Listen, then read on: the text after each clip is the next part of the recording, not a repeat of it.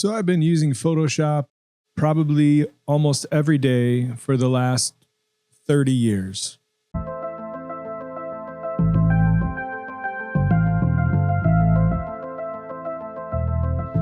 And I was just thinking about that today as I was going to make a video about something else. And I thought, well, what is the thing that I really know that maybe people will find useful?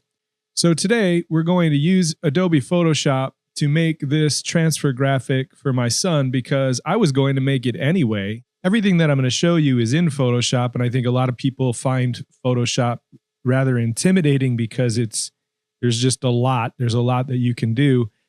So they defer over to another more user-friendly program or a little bit more basic program in terms of the tools, and they do something in Canva. You can take the things that I'm going to be talking about today and you can transfer them over to really any piece of software. It doesn't really matter the tool that we're using to build the house.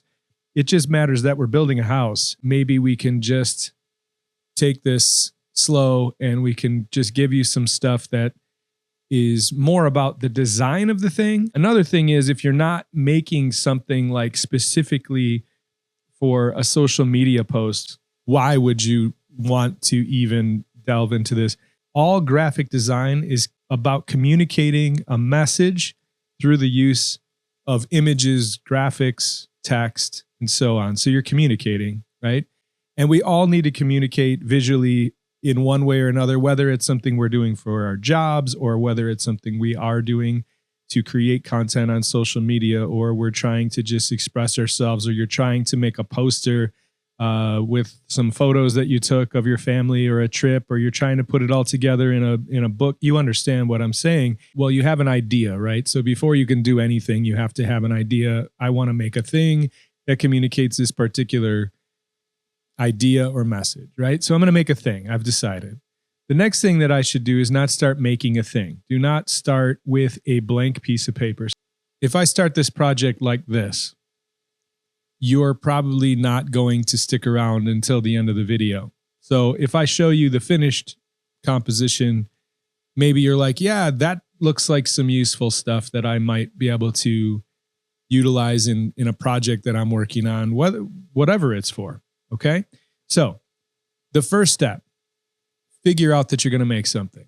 Step 2, go find inspiration. So what you would want to do is you would want to go find things. If you're making a birthday invitation for your kid's birthday party, go find the coolest looking birthday invitations that you can find online and borrow much of what you like. There's no reason to reinvent the wheel. And I think a lot of people get intimidated when they're designing something because they think they need to come up with something original. There really is not much out there that is 100% original. It all comes from somewhere. It's all inspired by someone. I did have an assist on this. So one of my students that's in my class, he saw a set of designs that he liked and he created a thing. And then I took his thing and I manipulated it and made it into kind of like our thing, right? So it's sort of like recycling. The design is recycled. And as it goes down the road, you know, there's bits and pieces of all these different things that we've collected in our minds and these ideas and that we've seen. And you put a little bit of yourself into it and it becomes, in that way, it becomes an original piece. So once we have decided we're making something and we've looked up some inspiration of some things that we like, the next step would be to make a new document. So if I'm going to make a new document, file new, if I know exactly what this is for, so in Photoshop, if I go to file new, I can go to things that I've recently made, sizes of documents that I've recently made. If I intend on printing this, it's nice. They've got some templates for you, some blank document presets.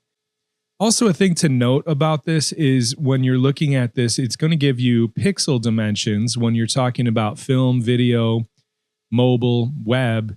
Pixels are the little boxes that make up your digital image, and they're going to be at a resolution of 72 ppi. That's basically like your display resolution, where if you switch over to print, it's going to go over to 300 pixels per inch because here we need more information for the printer to get a nice, crisp, clean image. So that is something to always keep in mind when you're doing this. And I honestly, I don't know how other applications work like Canva. I don't know if it gives you the option to print your work. I think maybe some of those are designed just for the web. All right, so what we have here inside of this box is an image of the school. So this is an aerial view of the school where my son is transferring to. Okay, so what I've noticed here is the top is a little bit too small. So what I'm going to do is make this image just a little bit bigger. Okay, and I'm on that layer. And to do that, I did Command T, Command or Control. If you're on a PC, it's Control. If you're on a Mac, it's Command. Don't change the proportions of things when you scale them. Okay, don't do it. What you want to do is go from the corner. And now old Photoshop used to make you hold Shift on the keyboard to do this, and Shift is just Shift on a PC or a Mac. It doesn't matter. Old Photoshop would make you hold Shift. Now they changed that, so the default is don't hold Shift, which for old people like me, it's a bit of a learning curve because I was so used to holding Shift. Oh, I hold Shift, and then, oh, why is Shift not working? It's not that Shift isn't working. They just reverse that because most of the time you don't want to distort an image. So now if you do want to distort an image for some reason, you would do Command Control T. You would take the corner or any of the edges and you would hold Shift on the keyboard and then you would be able to do that. Okay, so we have the school. Now, how do we get the school here? And I'm going to actually do this part because I feel like this is essentially, well, it's almost everything. I had this image before and I used it for something else and I kind of like it. Now, to be honest, I think this is Notre Dame and my son's going to school at Holy Cross, which is across the street from Notre Dame. But I suppose if you're across the street and this is your view, I'd prefer this view over the view of this rectangular building here. So the architecture is just way more amazing. Okay, so what I'm going to do is I'm going to bring this in here. I'm just going to bring this photo in here. Just like that. So all I did was opened it in Photoshop. And then I went to this tool up here, which is the Move tool. Okay, so we went to the Move tool and we dragged it right into the image. And what's going to happen is Photoshop is going to put that image on a layer. So down here, you can see the number one important place in Photoshop that you're probably going to need to use the most is layers. And that's the other thing I wanted to really stress about using an application, using Photoshop. Yes, there are tons of complicated things that you can do. There's amazing stuff that you can do, but you don't need all of it. You probably need like an eighth of it. And the rest of it is kind of like extra. Okay, so I drag this in, it goes in on a layer. Now, the first thing that I'm going to need to do is I'm going to need to decide how I want to scale this, right? So remember, Command Control T, we're doing it again. So I'm going to teach you a couple of things. And that's really all you need to know. You'll know enough to be dangerous. That's all we're looking for. We're not looking to give you 30 years of Photoshop experience in one shot. We're not looking to do all kinds of crazy things. You get there if you really want to put in the time. Sure, go for it.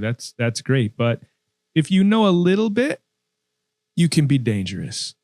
And when I say dangerous, I don't mean dangerous.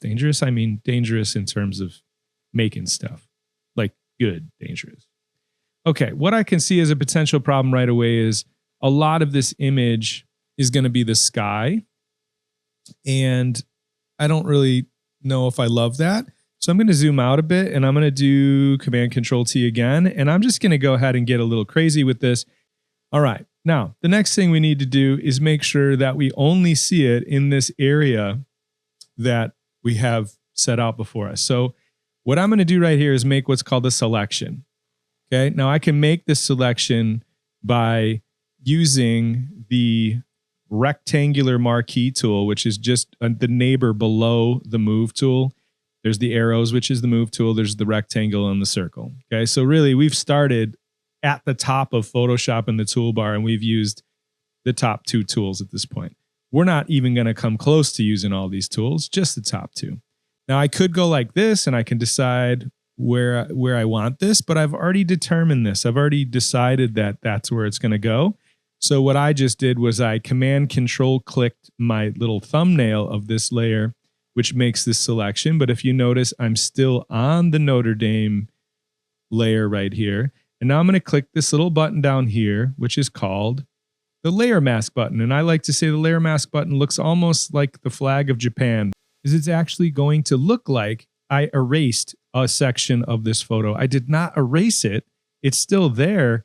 I just covered it up. I'm going to actually go ahead and disable this layer mask right now, and you can still see that the image is still intact. It's still there. So if I change my mind and I want to get it back, I can get it back. I didn't delete it.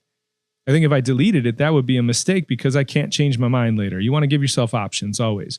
Now, a layer mask that's covering up a portion of the image, everywhere that it is black, it's covering up that layer, and everywhere that it's white, it's revealing that layer. I'm going to unlink the layer mask so I can go to this layer. This is the layer, this is the mask. And now I can slide Notre Dame around and I can find the best view that I want. I want to change this thing so it becomes a background element because right now it is a bit much. Actually, I think I'm going to color it first before we lighten it. So I'm going to go Image, Adjustments, Hue, Saturation. I'm going to click the Colorize button. Now, the hue is going to be red-ish, kind of like a maroon color. I'm going to go ahead and try to find the maroon color. I guess a safe bet would be to make it gray. I guess, yeah, I think I'm going to do that. I'm going to change it a little bit. I'm going to take saturation all the way down. I'm just going to lighten this thing. So I'm going to make it that silvery color. So if I take this away and you look at what it was and what it is now, just that image is more interesting now. So, and I made it, I made it this silver color instead of the maroon color. I am going to create more on the mask. So if I'm down here on the layer mask, I'm switching over to the layer mask. I'm going to take a paintbrush. So another new tool. We went Move Tool, Rectangular Marquee, and now we're just going to get a regular paintbrush. So just a little bit about brushes to get us going. Your general brushes. This is soft brush. This is hard brush. You can adjust the size of your brush here. You can adjust the hardness of your brush here. I want this at 0% hardness. And you can adjust the opacity of your brush up here. If I adjust the opacity, now it won't like take 100% of this away at once. It'll take 27% of this away because that's what I just changed it to. Now over here, we've got black and white. Black is going to, I want to make sure over here, I'm on the layer mask. It's going to take away parts of this image. Why am I taking away parts of this image? Because down here, there's going to be other things going on and I don't want those to get in the way. So we're kind of fading this out to try to make it look like this because I already know that that pretty much works with my composition. Does it have to be like 100% gone? No, that's why I turn this thing down and I'm kind of like brushing over this. So you can still get the idea that there's something there, but it is a background, so it should not be overly distracting. So before it looked like this, after it looked like this. With this one, I just took a image that was kind of, I don't even know what it was, but I just kind of blurred it up and made all kinds of stuff going on. Essentially what I did was found an image, colorized it the way that I did it up here. I went Image, Adjustments, Hue, Saturation, and I clicked Colorize. I did use that sort of like maroonish color that I had going on. So we're just going to leave that alone. And then I just painted on the mask. Anywhere that I wanted to not see this, I painted black, and anywhere that I wanted to see it, I painted white. All right, the next thing that we have is we have the logo of the Holy Cross College, is the Saints, the Holy Cross College Saints. So I want to take this, and I wanted this to be in the background, and I'm going to zoom in a little bit here so you can really get a look at this. You see how it becomes kind of like pixelated and sort of like noisy, and it's because it was a relatively small image. And another side video is if you want a perfect version of a thing like a logo, the best way to do it would be to use another piece of software called Adobe Illustrator, but we're not even going to go down that road because that is definitely another video or another series of videos. So if you want to know how to make clean, what's called vector art, and you wanted to print your own t-shirts, or you wanted to have it just look really sharp and really clean, or you're doing a logo for a company, you would not use Photoshop. You would use Illustrator, and you would create what's known as vector art, which is not based on pixels. It's based on math and angles and points and vectors. And as I said, it's a whole nother thing. We're just going to leave it alone. So we got saints. It's kind of flowing into that a bit. So things are looking pretty good. All right, the next thing that we're going to do is we're going to create this little strip, and I'm actually going to get rid of the mask here. Delete the mask. So this one, really, it's all the same stuff. Honestly, it's the same stuff. So I did do some things here to create this texture and what this gradient that's going on here. But I don't think that it would really benefit us to recreate that, to spend a bunch of time creating that. But what I wanted here was this sort of like slightly diagonal movement. If it was just a rectangle, it would be a bit kind of stiff. So what I'm going to do here is just go Control Command T. I think I want to actually enhance that a little bit. I'm going to hold Shift, and I'm going to drag it in. We're really just repeating the same stuff. We're repeating the same moves, right? We're using them in different ways, but we're Control Command T, and we're just manipulating that shape. So now we have this sort of like gift wrap ribbon going down the middle of our business here. And we want this to be pretty much centered. Sorry, I'm looking at where my arrow key is. All right, now we're going to bring in our first photo. All this is bringing in a photo, painting around him with black, and now it looks like he's cut out. There's so many ways to cut things out nowadays. There's free applications online where you can cut things out. Some of the applications cut things out for you. We're going to get into that. If you're a student in one of my classes, turn off this video immediately, because I'm going to show you the shortcut, and I want you to learn the right way before I show you the easy way. There's another rectangle that's filled with, hopefully it's filled with the correct color. I'm actually going to check that out, because this is where this business comes into play, where you have the maroon color is, if we go to RGB, it's 96R, 29G, and 46B. Now what I'm going to do is I'm going to take my eyedropper tool, another new tool. We're working our way down the list here.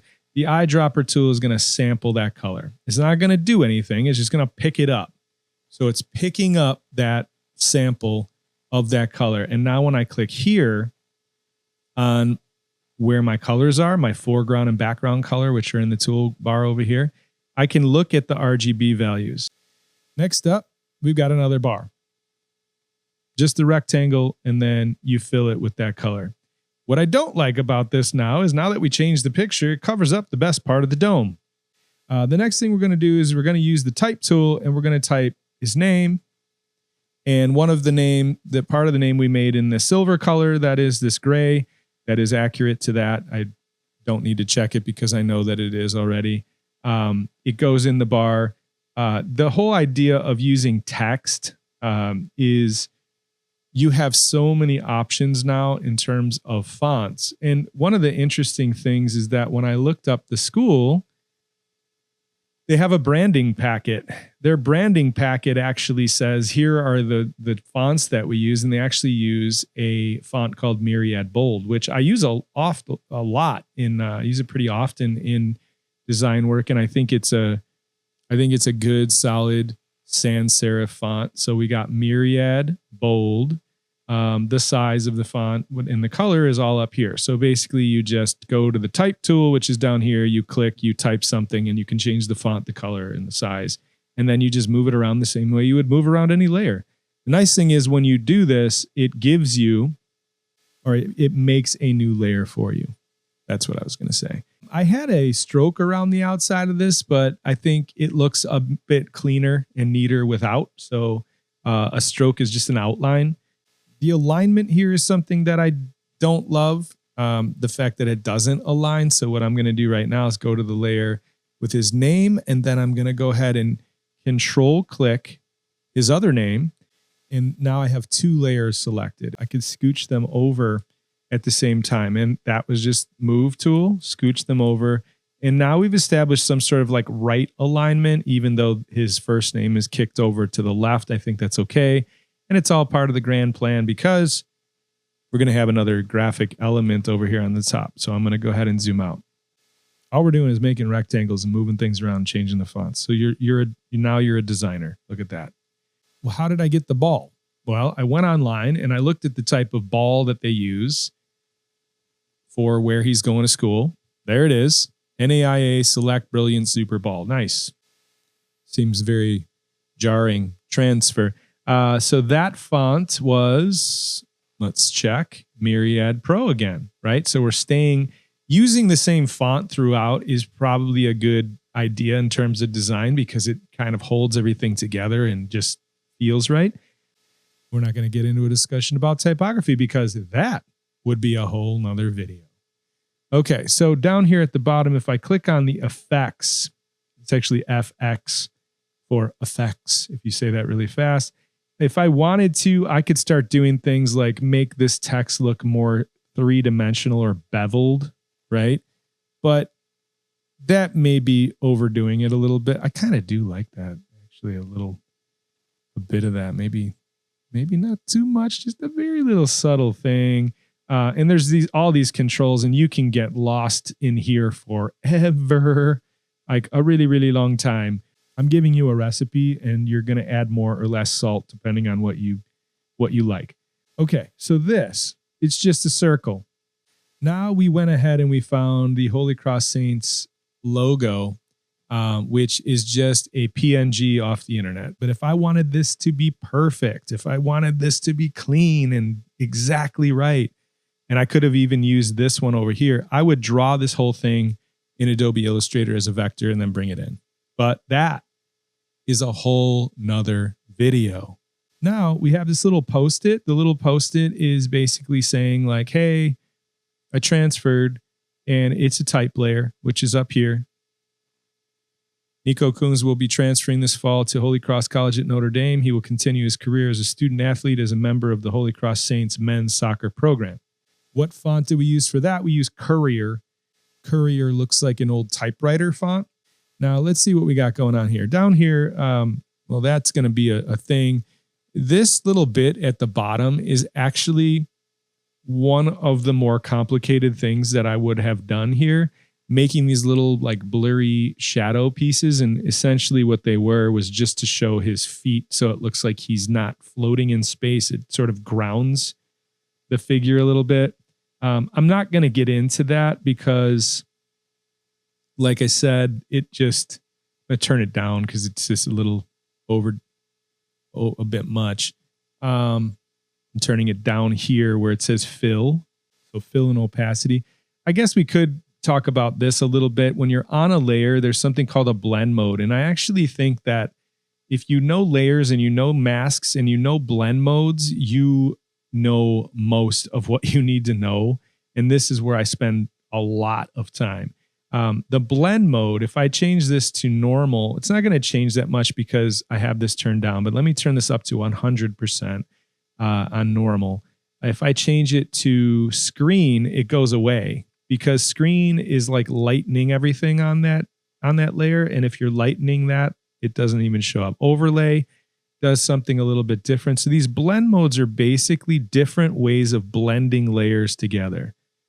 It's a very useful and powerful thing. So if you're trying to like blend two images together, one of the places where I tend to start is in this blend mode thing. We did like the bottom image, and the bottom image is really just a cutout. So it's an image. If I disable this layer mask, it actually came from a game, a photograph that I believe I took anyway.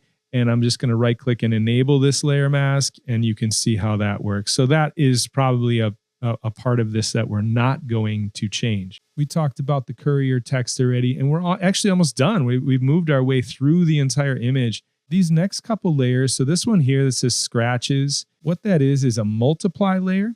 It's a multiply layer at 100%. It's mostly white, and it's got a bit of black on it. So only the black is going to show. And you can see when I flash between scratches and no scratches, it gives this a bit of texture, right? Now, how about creases? The creases, this really is doing quite a bit of work here. I have adjusted it up here. This is an adjustment layer, and I don't think that that is something we really need to get into either. You can just adjust a layer by going to image adjustments and adjusting it, but you also have the ability to create a separate layer so you have flexibility in that adjustment. You can come over here to this little Pokemon ball looking guy, and you can click on that, and I have a levels adjustment layer here, which allows me to get back in here and do stuff like this. You see what's happening with those creases. I can make those either more or less apparent by doing that, right? But so having that flexibility is nice. And there, it also comes with a layer mask, so you can cover it up in places that it looks annoying and bothers you. All right, so the one thing that we're going to fix about this, there's a little bit of a, oh, by the way, there's a thing here you can turn off in Photoshop that's super annoying. I actually hate this, and I don't know why it's turned on by default. But if I go into View, Extras, it's under Extras here, under Show, that is called a pixel grid. Why in the world would I want to see an outline of every pixel? I don't know. Unless I'm making a pixel character, I don't know why I would ever want that. So it should probably be off by default. So what I'm doing here is just kind of cleaning up a bit of that halo. If I paint with white, his image will come back. If I paint with black, it will go away. So I'm going to get rid of that like little fringing there. And this is the part where it's kind of like, you know what? If you don't know how this works, if you don't know how to do this, and you just lean on the AI tool to do this, it's going to do a pretty good job. But if it does a pretty good job and it's not a perfect job and you're angry about it and you want to fix it and you want to fix this fringing and you're like, what? That's not, you cut off a finger. Why did you do that, Adobe Photoshop? Why is the finger gone? It doesn't know a finger. It's just looking for edges. It's looking for the different contrast in pixels. It's trying to determine the difference between the subject and the background, but it can't do that like our brain can. All right. So the part that we were kind of not sure about is this one. So we're going to go ahead and get rid of that. And we're going to bring in some new options. So this one, I think he would be mad at me because he's making sort of like a semi-goofy face. Still, but a little better. This is the one we used for the other thing, and this is a way higher quality image than the one that he sent me. I'd have always liked this image. I think this is really kind of a cool dynamic image. If we take it here, I mean, there's lots of hair going on and stuff, but I don't know. Nice. That one's good. And this one, that's not too bad either. All right, we brightened it up a little bit. Now we would add the mask, and everywhere that we paint black, it would go away. And everywhere that we paint white, it would stay. So you're going to get this, right? So what I'm going to do here is I'm going to help Photoshop, okay? Because I know what I'm doing, I'm going to help Photoshop. I know that it's not going to know the difference between his arm and his coach. And I know that that black stripe is going to be a little bit odd. And I know that these guys back here might potentially get selected even though they're blurry. It almost looks like he's missing a finger. I didn't do that. AI didn't do that. It'll probably do a pretty good job with the grass, but I'm going to go ahead and help it out anyway. So here's what we would need to do. We would need to copy this. Then we would need to enable the mask. Then we would need to make a new layer. We would need to merge this down. Now, this is where we're getting in the weeds. This is only for you advanced people. And again, why do you think that I have to teach people the right way how to do things before I teach them the shortcuts? Because when the shortcut doesn't work, they're going to end up not understanding and they're going to give up. So now I'm going to go select, subject, and now I believe it did a better job. Now that I got this, I'm going to go to select again up here. And this time I'm going to go to select and mask. And when I go to select and mask, I'm going to come down here to the bottom. Is it behind my head? It's totally behind my head. I need to move this. Hold on a second. I actually don't want to do this all over again. So what you're going to do is go to select and go to select and mask. And then you're going to come down behind where my head was, and where the output section is in select and mask, you choose layer mask. And then you can see over here that it took that selection that it thought was good and it applied a layer mask. But I want to use a brush that's relatively soft, not completely soft. I want to probably tone it down a little bit, and I'm going to work my way into it. I have my brush at 100%. You could turn this down and you can work your way into the mask. So what I'm doing here is going, okay, what is hair that I want to keep, and what is coach's head that I want to delete? Do I want to actually get in here and go in between some of these? I mean, sure. Why not? If we're in here, I tell people, like, the difference between doing something well and doing something kind of okay is probably 5 minutes. Why would we not spend the extra 5 minutes doing something and making it look amazing? I mean, your hair is a little bit crazy here, kid, but we're gonna work with you. Clean it up a little bit. So again, if you're still with me and you're like, this Photoshop business, man, I'm going to leave that to the people that are, trained. I guess what it's like is this. I just thought of an analogy that I think is going to work. Most of us, when we're 16, get a driver's license. So the driver's license would be like, I'm giving you permission to design something. Some of us are going to take our license and go, I'm going to go rent a race car and I'm going to drive it as fast as I can because that's what I want to do. I want to drive a high performance vehicle, right? So you got your license and you immediately go and you rent a Ferrari. That's Photoshop, right? That's the tool. The tool is the Ferrari, but what you're doing is really just driving. Where some people are like, yeah, I have a license and I'm going to drive, but I'm not driving a race car because that just seems extra. Like, that's too much. I don't need to be driving that fast. I don't need to figure out how to handle a high performance vehicle. I just want to get from here to there. I'm just trying to get to work. Some people are going to go, I'm just going to do some business on Canva because it's a little bit more user-friendly and simple. And I'd rather use my time figuring out something else that's more important to me than trying to navigate all these really complex tools in Photoshop. So again, that's like the race car driver. And by the way, the analogy really doesn't work because I have no interest in driving a high performance vehicle, a race car, and I have a driver's license. Yet, here we are. I will choose Photoshop every time. I'll choose the high performance graphics tool, or editing tool, digital tool to do this type of work before I say, I'm just going to use I've never actually even used Canva. I just know that a lot of people use it and I'm like, oh, that's pretty good. How'd you do that? Where'd you do that? Did you use Photoshop? And they're like, no, I use Canva. Well, that's awesome because it's making those types of tools more accessible to people. And my point here is that the tool doesn't matter. What matters is that you're using it to accomplish this goal that you have, which is, in this case, to communicate a message to a specific audience using text and images. What I'm asking from you is, this is a little bit odd, but if you were someone who I had in my class in photography or graphic design or really any class that I've taught over the last 25 years, go to YouTube and subscribe to the Revis High School Media channel.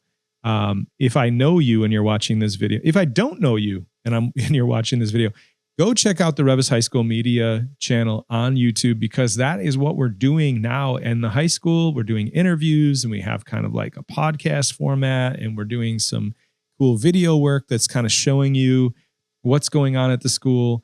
And we're really proud of that. I've got a couple students that I'm working with that have helped me create that content. And I think it's awesome. I think we're really kind of like changing the way that a high school can utilize video.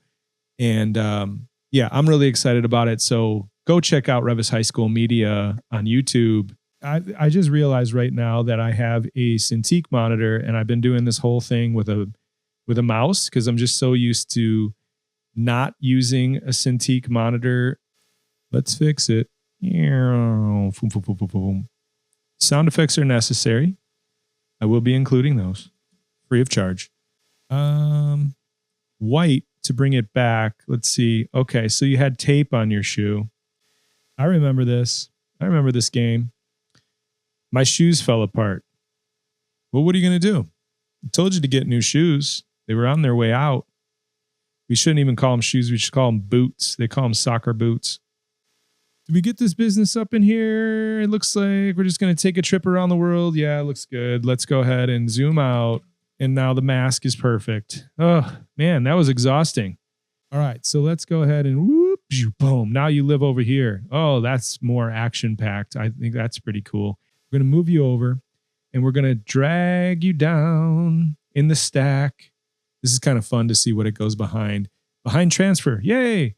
Okay. Behind everything we need you behind. I think so. Yeah.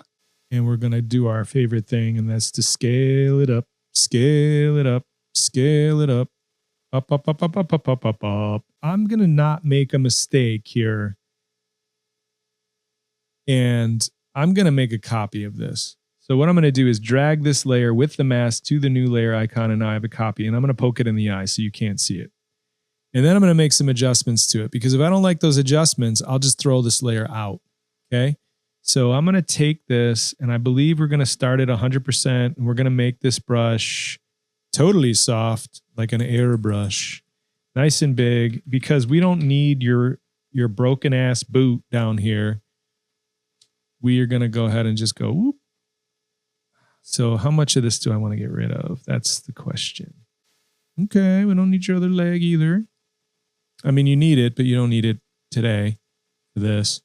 But the point being is that you can't do anything with this image as a Photoshop image. So what you would have to do here is you'd have to flatten it. So we have to take all of our layers that we work so hard with, and we would need to flatten them. And the way that you flatten them is you click the little lines up here at the top of the layers palette, and you find what used to be on the bottom is now somewhere in the middle or the top, and it's flatten image. We flatten the image, and then we go ahead and go File, Save As again. You don't want to save over it, and then when we open our Photoshop file, we find that we lost all our layers. We're going to just save this as a JPEG, which can be, you know, anywhere. You can use it anywhere. And we're going to go ahead and save it again to the same place. And you want to, I don't know why it does this, but it always wants to make your quality like 10 or 8. Make it the highest quality JPEG and click OK. It's already flattened. All right, hopefully you got something out of that, and you learned a little bit about how to use a graphics program like Photoshop to make something like a poster, a social media post, a YouTube thumbnail, a kid's birthday party invitation. Really, it's endless, right? You can use this stuff for whatever. You have a superpower. How you use that superpower is up to you, because you now are licensed to be a designer. And whether you choose to design in Photoshop or another graphics program, I think that the tools change, but the processes and what our goals and what we're trying to build are pretty much always the same. So that's the cool part, is there's always familiarity. So thanks for watching. I appreciate it. If you stuck around the entire time, I 10x appreciate it. And I'll see you in the next one. Thanks for watching. Like, there's like a little button that they put on the laptop or something, and then they say click it, and then you can never even miss a video. That's if you subscribe.